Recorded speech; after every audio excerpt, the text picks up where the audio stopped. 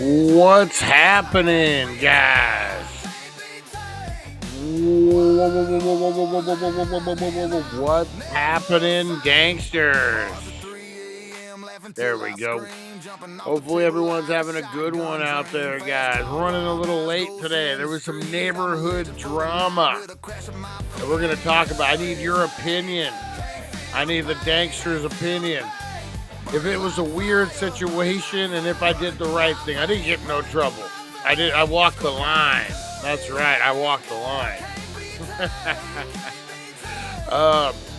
We got some stuff. We're gonna get into 2 420s, guys. You're probably starting to dip a little bit from 10 minutes ago.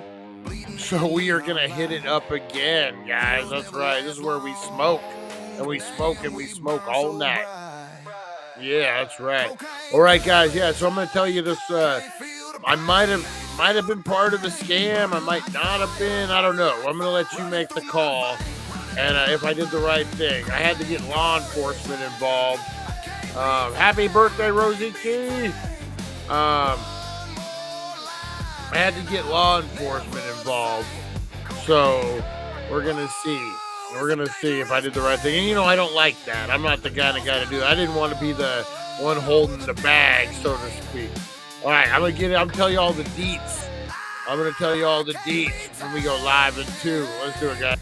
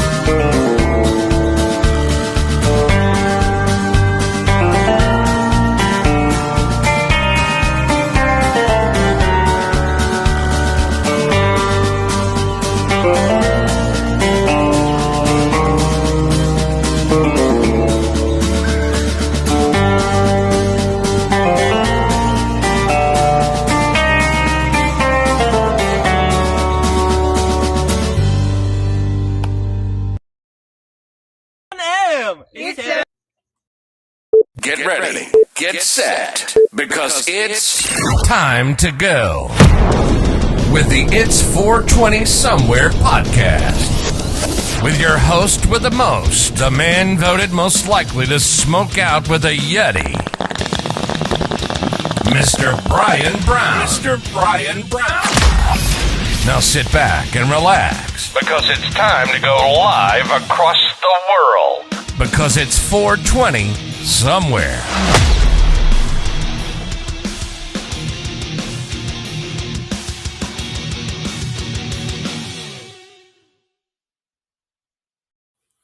And boom, we are live. That's right, guys. Live and living color. Running a little late, so I had some drama. I'll spill the beans before we get into everything, guys. I was sitting at home. Hadn't even left the house today. No mail, no nothing. I just hanging out. We got food. Me and Rosie just like Shaggy and Scooby. We're just smoking out, playing Red Dead Redemption 2. I haven't played it in a while. I got back into it. So that's all we've been doing all day. We've been just knuckleheading around. And good thing. That's a good thing to say about what me and old Rosie do. We just knucklehead around all day. And I get a knock on the door. I go to the door. I answer the door. No, it's a lady. Never seen her before. A Hispanic lady, about my age, maybe a little older, maybe younger. I don't know. And she says that they bought the house 2 houses down from me, and if I could do them a favor. And I was like thinking they like needed a plunger or something. I don't know. It's a abandoned house too. Like it was condemned at one point, fence around it and stuff.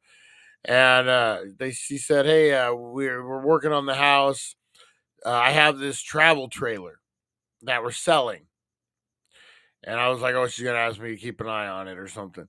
And she said, "Hey, we gotta go to California, where like L.A. or wherever they're from. Can I give you? Can you give me your number, and I'll call you." And then around 5 o'clock, someone's gonna come and they're gonna zill me some money, and they're gonna take it, and you give them this and the keys. And like I was already like kind of on the hook at this point, but so I get the thing, and they take off immediately. And I think she gave me the wrong number, or I heard the number wrong, because I had text her. First, she just wanted my number, but I said I'll text you, and then she gave me a number and no reply or anything, and they take off. But I end up writing down the license plate number and the truck just in case, just in case.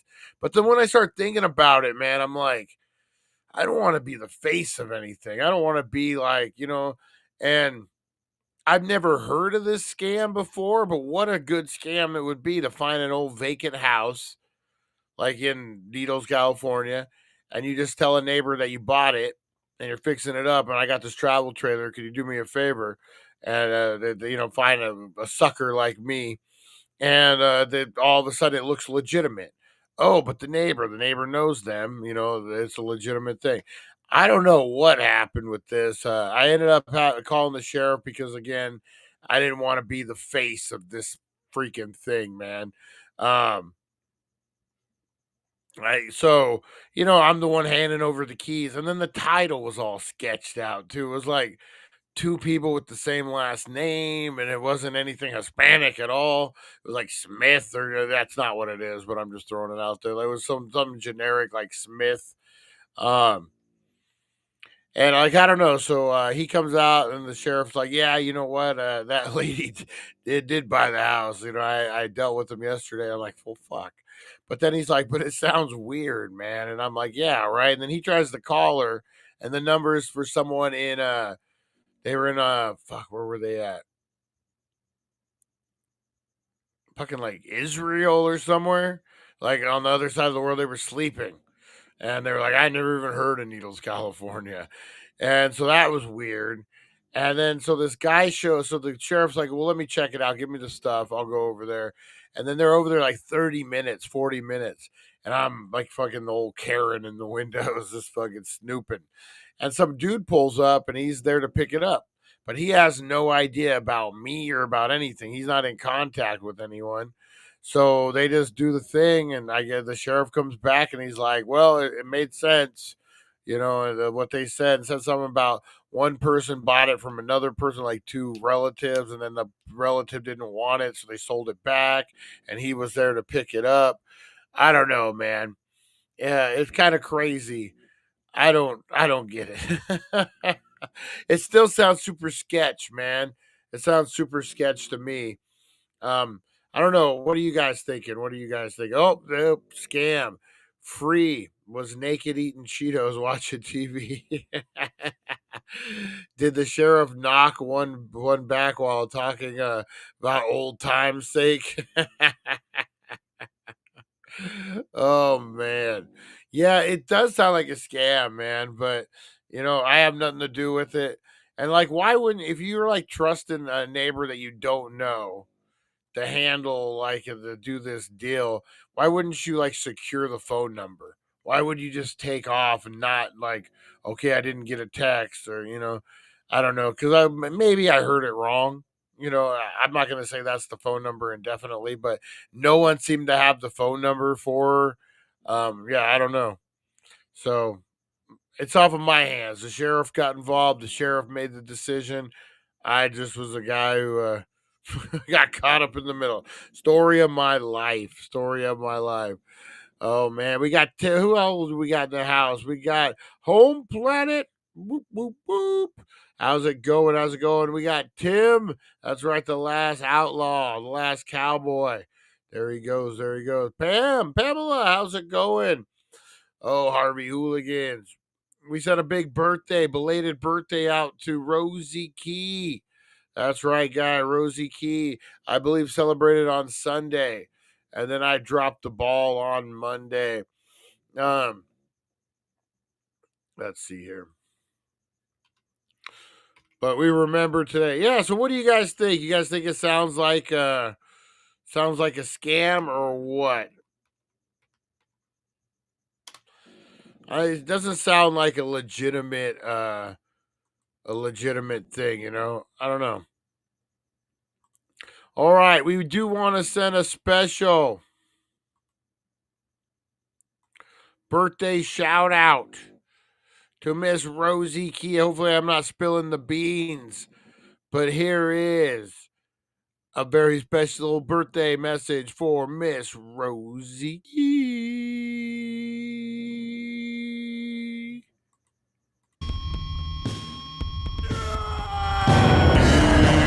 It's your birthday today, Connie.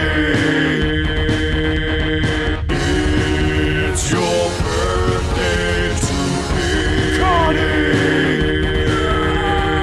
Rock and roll and celebrate. Celebrate, we lose control and you cut the cake. The night is yours. Destiny awaits. Oh, wait with me. So share toast with your closest mates.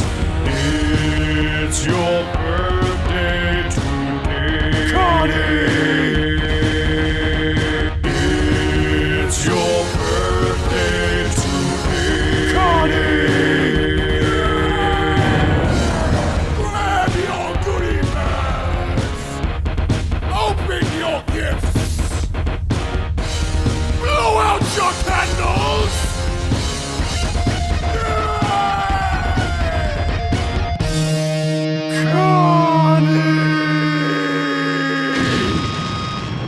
Rosie Key. All right, guys. There we go. Oh, I'm gonna say, who's ready for a little? We missed 420, or at least, I missed 420. Who's ready for a little blinker challenge? I know I am. Let's do this thing, guys. Got the podcast cranking loud, haze arising. It's 420 somewhere, eyes are blazing. One hand on the wheel, other on a vape. Brian stepping up, can he show his shape?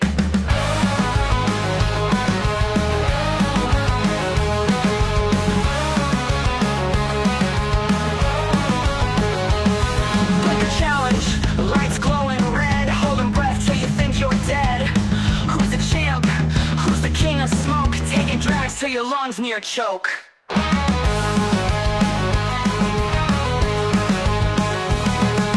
Blinker challenge, lights glowing red, holding breath till you think you're dead. Who's the champ? Who's the king of smoke? Taking drags till your lungs near choke. Blinker challenge, showdown, who's gonna fall? Brian in the running, he's giving it all. But the clouds raging in the stratosphere. Champion of haze, the smoke out seer.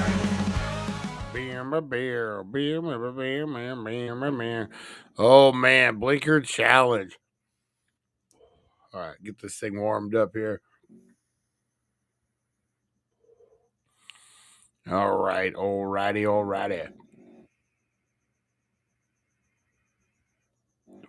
right, there we go. All right, guys, let's get those blinkers out. Oh man, I feel kind of bad. I'm not the guy to call the cops, but you know what? When it's to save my own ass, I guess maybe I will. Oh, all right, guys, let's do this in 5, 4. Let me get a little blinker music going here. 3, 2, and let's do we'll do a little this one. Here we go. And 2 and 1. Let's do it.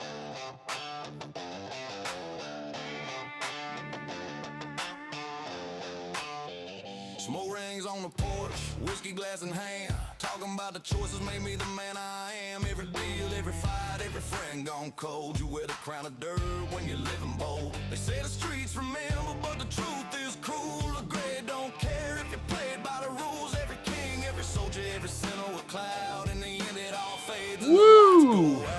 Double blinker, baby.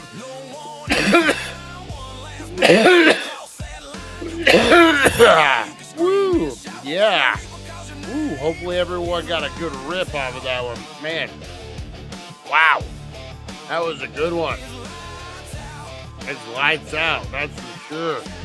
Holy guacamole. Get drinking. Scars on the skin, every cent I cashed in like a gambler's win. Kept my word, kept my code through the dark, through the doubt, but the house always wins and the lights go out. All right, what are we going to get into, guys? Let's see. See what we can get into. We got a few minutes here. My scam story was, I don't even know if it was a scam. I don't know. It was something out of the ordinary. I think it's good to cover your own butt every once in a while. Let's see. Today is Paranormal Tuesday. Conspiracy theory. Rosie snoring in the background. Let's look up, we haven't done, Mojave Mysteries in a while. We like Mojave Mysteries. There we go.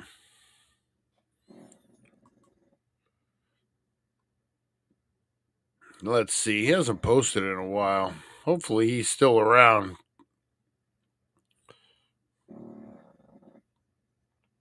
Let's see. Man, Rosie's really sawing logs over there.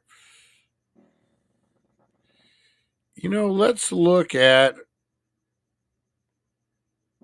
I think we did the Coachella one before.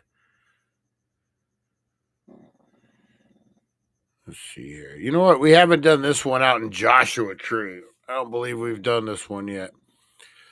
All right. Let's get this all keyed up. All right, guys. Let's join our buddy, Mojave Mysteries. Give them a like and a watch. They got a lot of good channels out there. Let's check this out. This is a Joshua Tree UFOs. I actually went out and got high in Joshua Tree. I had court. After court, I stopped out in the middle of Joshua Tree. Kind of looks like where he might be at, maybe a little off, and smoked a big fatty while I was waiting. People were honking at me. Anyway, let's get into it, guys. How many times have you seen a Hollywood movie where the prospector is a donkey, a pan, and a pick? Well, how about one with aliens and UFOs? You got it. M.L. Berman.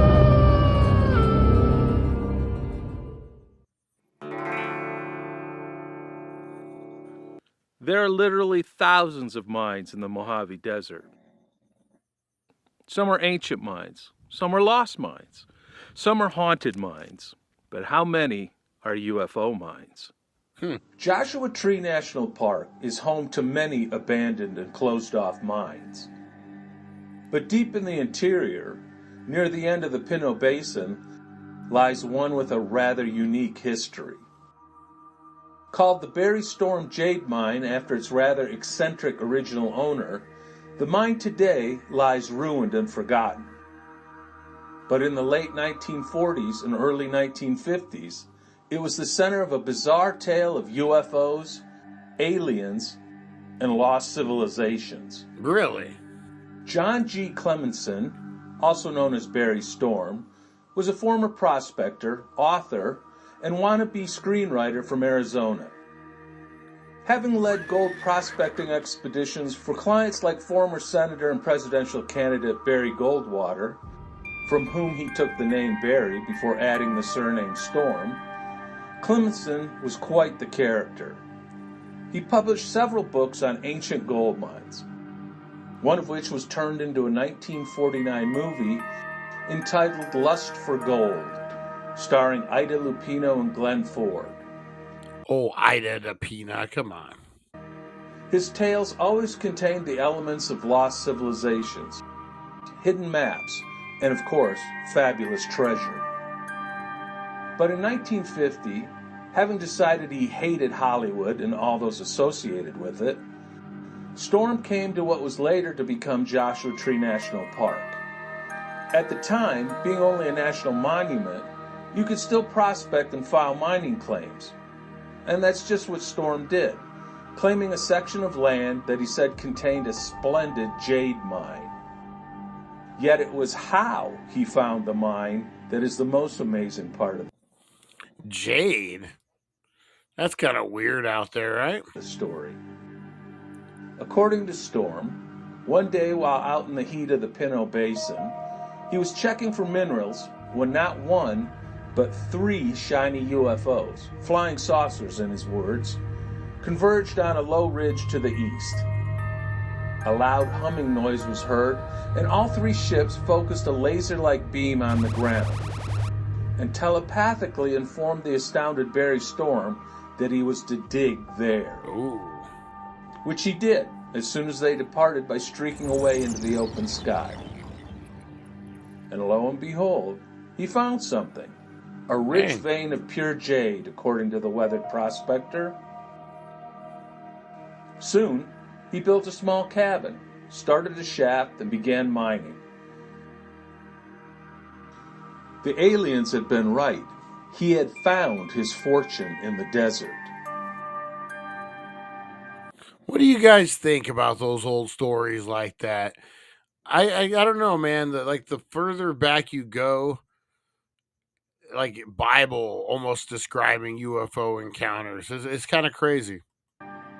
Now, Barry Storm had indeed found jade, but it wasn't fabulous jewelry-grade jade. It was a lower form called nephrite, which is characterized by a more milky white appearance than bright, brilliant green.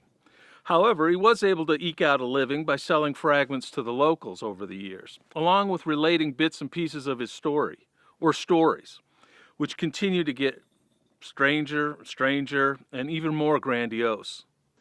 Storm claimed his jade mine was the source for incredible jewelry and artifacts manufactured by the ancient civilizations below the border. According to him, the Mayans, and possibly the Aztecs and Toltecs, had all traveled to his deposit in ancient times to mine the fabulous mineral. Not only that, long way, but even more ancient and unnamed civilizations had supposedly been in the area. Scientists today scoff at these beliefs, as the jade museums can now be traced to deposits in South America, meaning there was no need to come north to seek the esteemed mineral. Although at the time, to the best of his knowledge, Storm said they did. In the waning years of his life, Barry Storm seemed to grow more paranoid and conspiracy theory-minded out in the blistering heat of his desert mine. Men in black from the government were surveilling and harassing him. Unknown visitors would drop in and steal things. There was a contract out on his life and more. And supposedly, he was always on the verge of discovering things out there that would shock the world. But in the end, the poor man succumbed to old age and disease, dying in 1971 in the VA hospital in Long Beach, California. Today, he is mostly forgotten, but his mine and its ruins still exist for the hardy visitor to see and marvel at. I might have to make a trip out there. Joshua Tree is not that far away. A mine prospected by aliens. Now, I've been out to the Barry Storm Jade Mine numerous times. I haven't seen any UFOs, but I've spent the night and I've camped all through those mountains. It's one of my favorite spots when I'm down in Joshua Tree. Now, if you do go out there, be careful. Although the mine itself is only an easy 2-mile hike off the road leading down to it is full of deep sand and ruts, and you're going to need 4-wheel drive. As a matter of fact, people have died on that road, and not from anything mysterious, just the simple fact they got caught in the sand and the heat killed them. So if you go out there, be careful. Now, in the end, it would be easy to make fun of Barry Storm because he's quite the character, but I don't. I like the guy. Peanut butter Anyone and who peyote spends 30 years sandwich. of their life chasing a dream out in the desert, writing books, seeing UFOs, having mysterious happenings, and finding actually something in the ground, I think says it all. Because in the end, isn't adventure what life is really all about? I'm ML Behrman. I'll see you next time. You know, the desert UFOs fascinate me. The stories about, especially the old prospectors, kind of crazy. Lonnie, how's it going? How's it going? All right, guys, I'm gonna bounce on out of here. I had a busy evening. I gotta make up some time. All right, guys, I appreciate you. You have a great rest of your night. Get out there, go see some UFOs, go have a good time. Turn that frown upside down. You are loved, you are appreciated. Go have a great rest of your night, guys. Go get some good dinner. We'll see ya. Thank you for joining us on the It's 420 Somewhere podcast. Broadcasting worldwide and brought to you by thedailydank.com. Check out our merchandise and amazing content. And follow us on all our social media. Now, you don't have to go home, but you can't stay here. We'll see you guys. Have a good one.